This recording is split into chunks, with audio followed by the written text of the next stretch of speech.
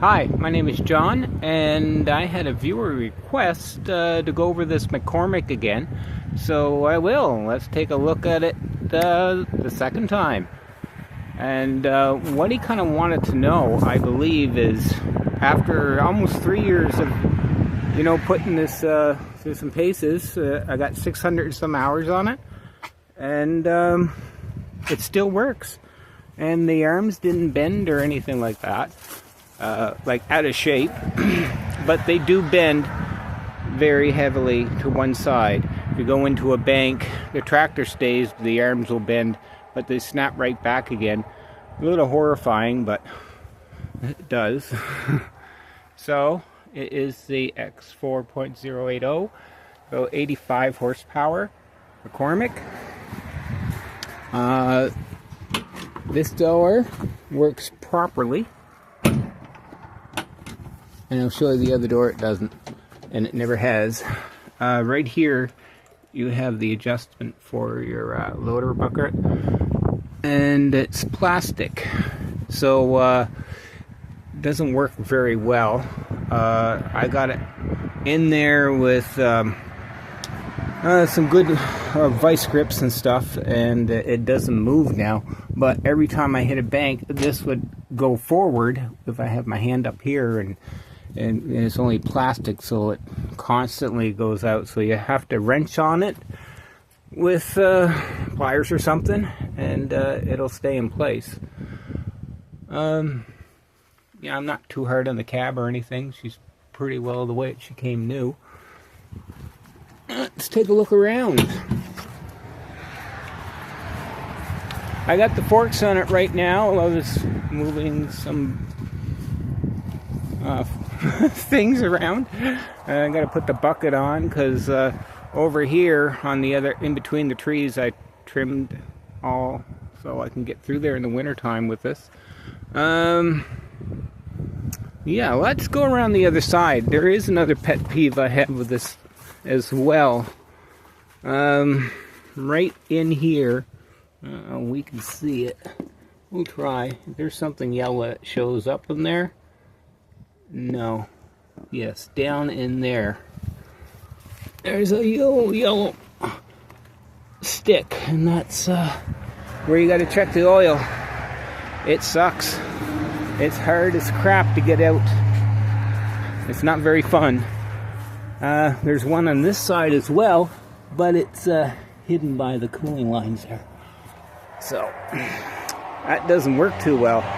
To fill the oil, you have to take a guard off on the other side as well. I talked about this door. This door is never shut all the way, and it doesn't. They won't do anything about it. They say it's fine, it'll break in after 600 hours. It hasn't broken yet. Come inside, the fella. This back latch here, there's a little plastic clip that goes right, where am I, right here. That broke off. I asked for another plastic clip. They came out and told me I needed a plastic clip, and I said, right, that's what I wanted, but that didn't happen, so that's still not working too good. So when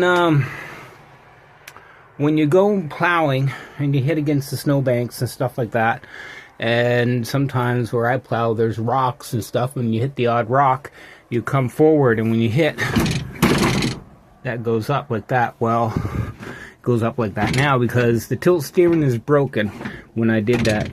So it's going to cost thousands of dollars to fix that tilt steering, they said. I got to live with it. That's a little crazy. So, because the next rock I hit this coming winter, I'll be, back in the same position again. That's the highlights for something I wasn't impressed with. The tractor does perform well. We have remote access to your PTO out here. You got to have a switch on in the cab first before you get out of the seat. But she does work just well. And you also have your up and down for your arms here on the outside if you wish to hook up stuff. I got this hooked up. It's mostly for balancing stuff, like I use a bucket or the forks in the summertime, and this is a good weight in the back here, the snowblower for it. But all in all, yeah, she's a good sized tractor for what I use it for. You might see in past videos things I plow out and do with it, and there's no problem at all. The cab is extremely comfortable. It's nice and warm. It's quiet.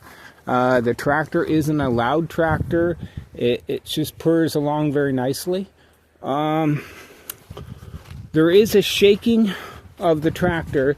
They said it's due to the tires that I have on them here, and there's them size of tire, and they are an Agramax tire, and they said these tires shake. That shaking causes that bolt up there to come off, and I put in another bolt and rammed her in there. But that's something you get when you're driving on the highway. So I don't drive too fast because it'll shake apart. So if you don't have to go anywhere fast, she's fine. But yeah, they won't do anything about that either. So we haven't had any luck with they're addressing our issues and stuff. And we haven't spoken to our dealership.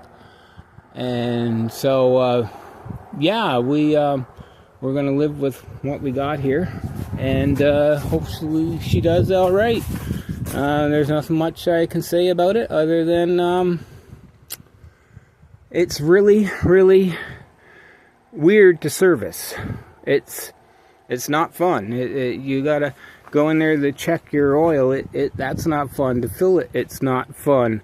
Other things are accessible, like to fill the coolant and so on.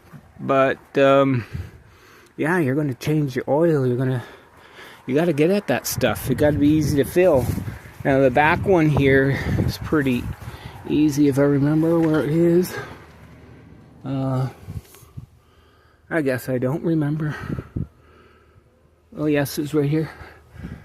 It's right behind that. You got to take that out of the way. You can fill it back there. All right. If that YouTuber requested the video, or anybody else has any more questions on this, if I can help you out in any way, yeah, I'll certainly make another video or answer any questions in the comments. But yeah, spongy arms, very spongy, a little hard to service for normal stuff. You know, these don't work sometimes, and these break, and they cost a lot of money to fix. So, there's a couple things, yeah. There's many things good. So, I guess with anything, that would be the case. Well, thanks for watching, and till next time. Later.